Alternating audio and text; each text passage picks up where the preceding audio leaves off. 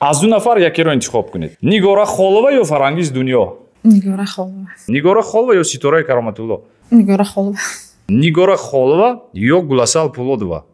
گلاسال پولودова. گلاسال پولودова یا فاطمه مشربова؟ فاطمه مشربова. بسیار خوب. فاطمه مشربова یا شبنم سوریا؟ شبنم سوریا. شبنم سوریا یا تهمینه نیازова؟ شبنم سوریا. بسیار خوب.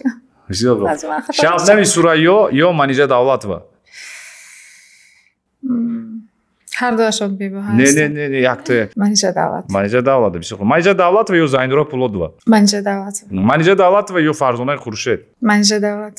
منیژه دولت و یا مدینه اقنظرova؟ سرودم خوش سرود بدیلم نزدیک است منیژه منیژه دولت. دولت. منیژه دولت. منیژه دولت و یا زلیخا محمدشویeva؟ منیژه دولت. منیژه دولت و یا سوریا قاسمova؟